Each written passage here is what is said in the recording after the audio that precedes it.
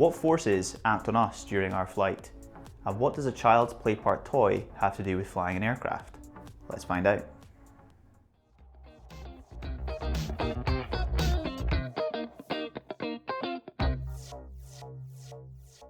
Hi, I'm Grant and welcome to the fourth class in the Mass and Balance series. Today's class is a big one, covering cargo loading and the importance of where we load cargo and passengers. We will see how to calculate the various forces on board that are caused by the various masses on board. And by the end of the class, you should be able to answer questions related to loading and moments that appear in the Mass and Balance exams. Cargo loading limitations come in three main forms. We have our maximum load limitations, we have our maximum linear load limitations, and we have our maximum area load limitations.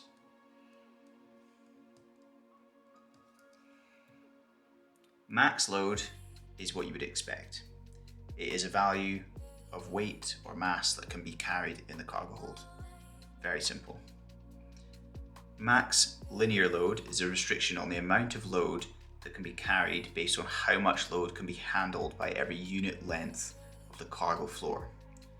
Think about it as having a plank of wood between two chairs. It will bend and eventually break if we place too much weight on it. It basically comes down to the structure of the frame supporting the floor panels.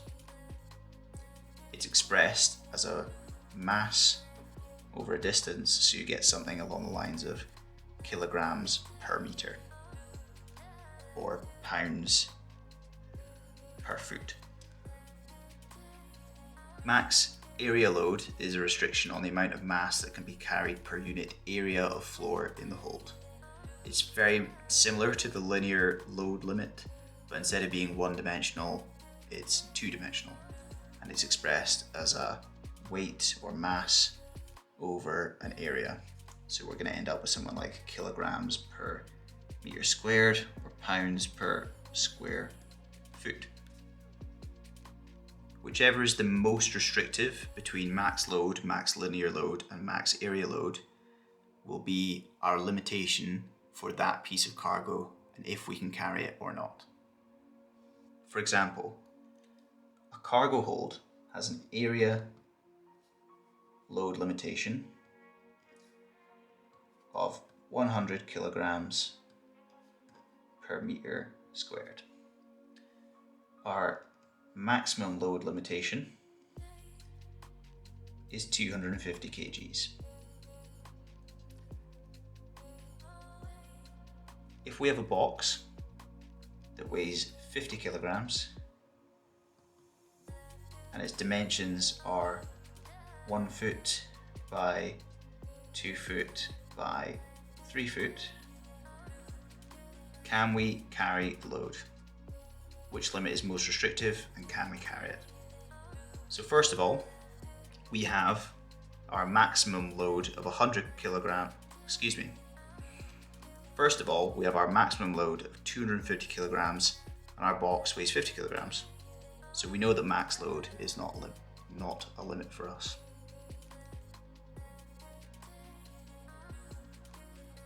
Next up, we have to calculate the area of the box and which orientation we have to arrange it. So we've got a box that looks something like 1 foot by 2 foot by 3 foot. It looks something like that. And we have to figure out which side will give us the lowest area load limitation. So let's calculate the areas. Area 1 is going to be 1 by 2. Area 2 will do 1 by 3. And area 3 will do 2 by 3. Our area load limit is in meters squared. This is in feet, so we've got to convert. 1 foot, I know from my unit conversions, is 0.328. And 2 feet is going to be 0.656. That'll give us area 1, which is going to be 0.215 meters squared. Area 2, 0.328 times 0.984. That's going to give us 0.323 meters squared. And lastly, 0.984 times 0.656. And that's going to give us an area of 0.645 meters squared. So we've got our areas, we've got our mass, and we've got our mass limitation. We've got all that we need to do this calculation. So we take our 50 kilogram weight, divide it by our area, and see if it exceeds 100 kilograms per meter squared. So for area 1, 50 kilograms divided by 0.215. Area 2, we have 50 divided by 0.323. And area 3, we have 50 divided by 0.645. So for the first one, if you do that calculation, you should come up with 232.56 kilograms per meter squared. Second one, we've got 154.78 kilograms per meter squared. And lastly, we've got 77.52 kilograms per meter squared. Area 1 exceeds our limit of 100, so we can't do that. Area 2 also exceeds that limit. Area 3 is okay. So we can carry this 50 kg box, but only if we place it on its largest area side. If we place it on the 2 by 3 meter side, we'll be below that area limit. So we've just learnt about how we load things. Now we're going to talk about where we load them and why it's important. Aircraft forces operate around a focal point known as the centre of gravity. And this is where our 3 axes of rotation meet.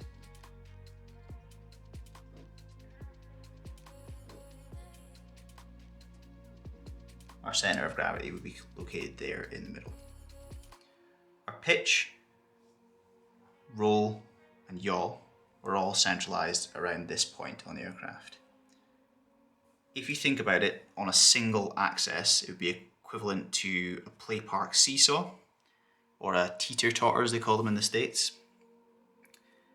The aircraft is designed to use a range of different centre of gravity positions, and if the centre of gravity is outside of those positions, the aircraft may become uncontrollable. The C of G, or the centre of gravity, is moved based on where things are loaded. So if there's more things in the front, the centre of gravity will be further forward, more things in the back, it will be further back. An example of bad centre of gravity movement that fell outside of the allowable range is a flight called National Airlines 102, which I'll link down below. What happened in this flight is a bit of cargo came loose and moved aft during takeoff, and it moved the centre of gravity so far aft that the centre of gravity was then outside the limits. This became a problem when it caused a pitch moment that was unrecoverable. It caused a nose-up pitch moment that led to the stalling of the aircraft and led to a disaster. Now, a nose-up pitch moment that I just talked about would be a nose-up movement around this centre of gravity. A moment is something that causes rotation, and it is expressed as a force times by the distance from the fulcrum, or in the case of aviation, it would be our centre of gravity. There are a few methods for measuring the distance on aircraft, such as from a datum point or referring to certain parts of the aircraft as stations, but all calculations are the same. It's simply a force times a distance. We just have to find the distance in different ways. If we have two people exactly the same weight on either side of a seesaw, it will not move unless they push with additional force. This is because by pushing, they are making the moments no longer equal, and therefore it causes a rotation. For example, Mike weighs 70 kilograms and is sat 2 meters away from the center of the seesaw. Jenny is on the other side of the seesaw and weighs 50 kilograms. How far back will she have to sit to make the seesaw balanced? Now, in all mass and balance questions to do with moments, you should draw the picture. Draw the effing picture. I always say it, said it during my exams that I sat myself, draw the effing picture. Never try and do these things in your head. Doesn't have to be exact, just rough. So, we're thinking about a seesaw. Here we go. Mike weighing 70 kilograms sat 2 meters away.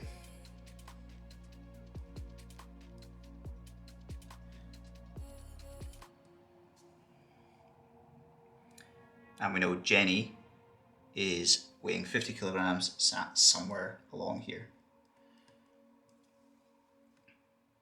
Okay, so we said that to calculate moments, we have to do force times distance. We have a mass here, which is not a force. But because we're converting both to the same thing, it isn't really necessary to bother with that conversion. We can just use force times mass because we're going to end up with the same proportions and same scaling of the values. So if we take our clockwise moments, so clockwise, they're considered positive. And we'll do our force times our distance, but we're not going to bother with the conversion because it's unnecessary in this case. We'll do 70 times 2 and come up with a value of 140. That would be our moment for this direction. We know that if we want the anti-clockwise negative moments, we have to have 50 kilograms times some distance. For this to be balanced, the moments have to be equal. So therefore, positive moments equal the negative moments. So we have 140 equal to 50x. If we solve for x, we'll end up with 2.8. So for this seesaw to be balanced, Jenny must sit 2.8 meters away all the way out here.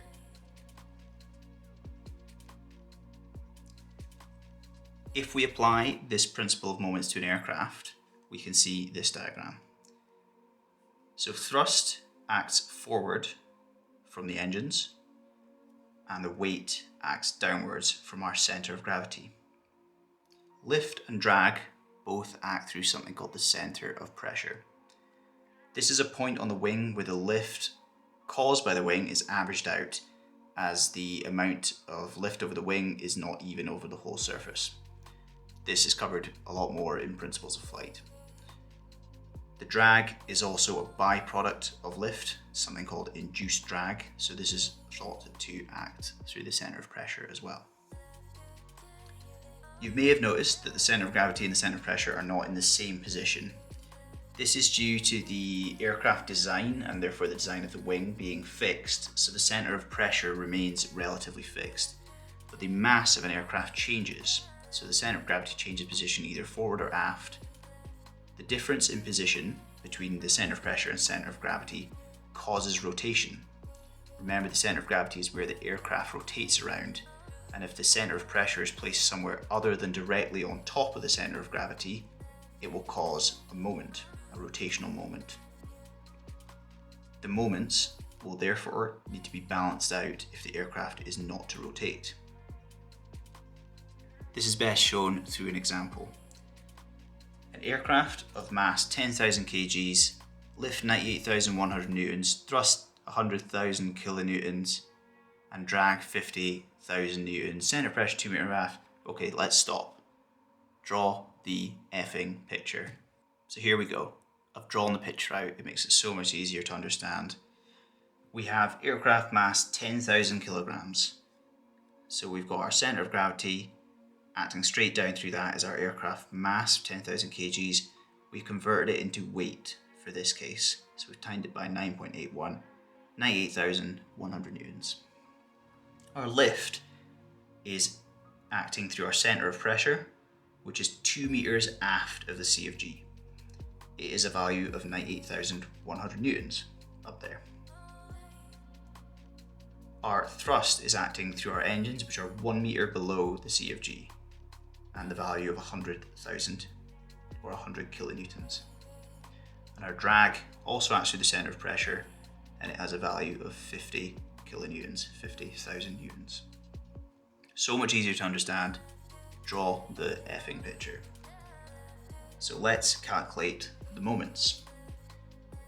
Let's first look at our positive moments, our clockwise moments. So our weight acts straight down through the center of gravity. There is no rotation caused by that. The only thing causing rotation clockwise is our thrust due to our engines being below the center of gravity. This is going to cause clockwise positive rotation.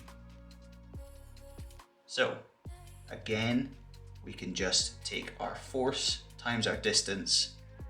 We've got 100,000 multiplied by 1, and we end up with a value of 100,000. And this is going to be Newton meters. Next up, we'll calculate our negative anti-clockwise moments. Drag is acting straight back through the center of gravity, not causing any rotation. But our lift acting through the center of pressure, 2 meters away, that is going to cause a rotation around. So we've got force times distance, 98,100 times 2, which gives us a value of 196,200 Newton meters.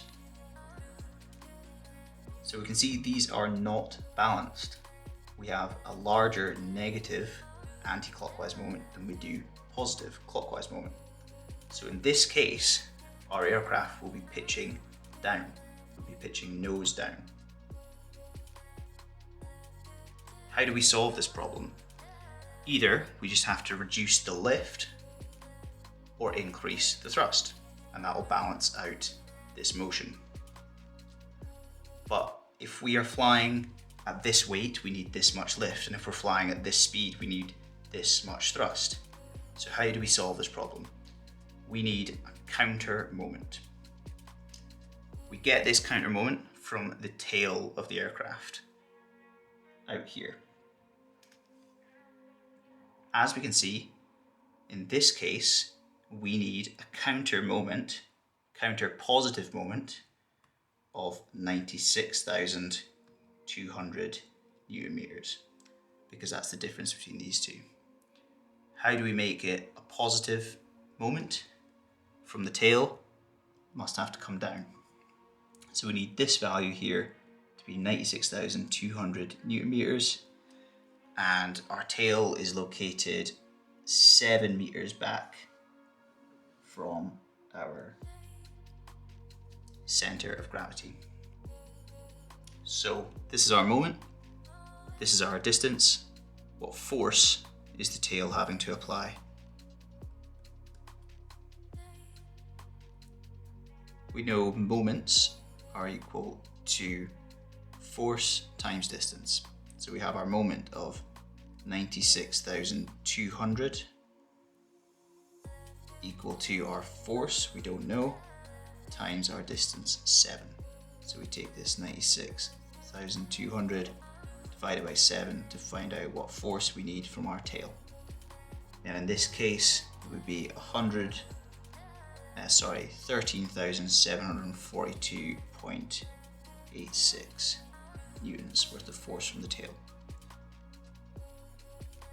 The distance of this counter moment tool known as the tail is fixed by nature of its design, and therefore it can only produce a certain amount of downforce. This is why the center of gravity position being in a fixed range becomes so important. Let's take the example of the National Airlines flight from before.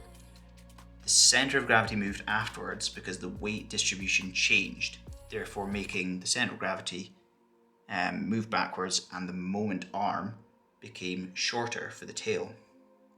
So short, in fact, that the force produced by the tail at maximum force was not great enough to overcome that moment caused by the loose cargo and the changing center of gravity position.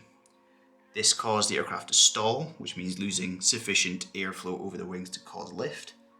And by the time the pilots recovered that stall, it was too late and they were crashed into the ground.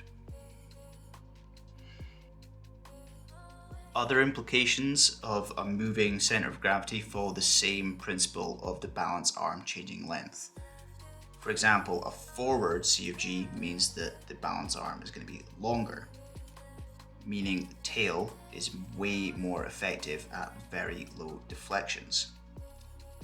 Therefore, any change, any ripple in the air, for instance, the tail is going to recover it really fast because it has much more of a moment due to the longer balance arm. Or, in a more simple explanation, the longitudinal stability of the aircraft has increased. If the center of gravity is too far forward, however, it can lead to the tail and elevator needing to be displaced the opposite direction throughout the whole flight to counteract the rotation that is caused by this forward C of G. The displacement of the tail and elevator can cause extra drag, leading to an increase in fuel burn, lower speeds, and a reduced range. To summarize, we have our cargo loading limitations, which are max load, max linear, and max area.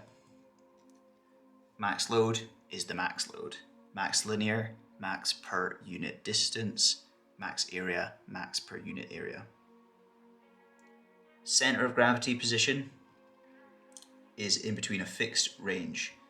If it moves too far forward, we can get too far of a nose down motion, and if it's too far backwards, we can see that National Airlines flight disaster unfold. Moments. Positive is clockwise, negative is anti-clockwise, and a moment is expressed as a force times a distance. For something to be balanced, the moments have to be balanced. If they are unbalanced, it'll cause a rotation in that direction. The center of gravity and the center of pressure are not located in the same location. So therefore, in normal aircraft, there is a implicit rotation, an implicit moment that we counteract with the tail.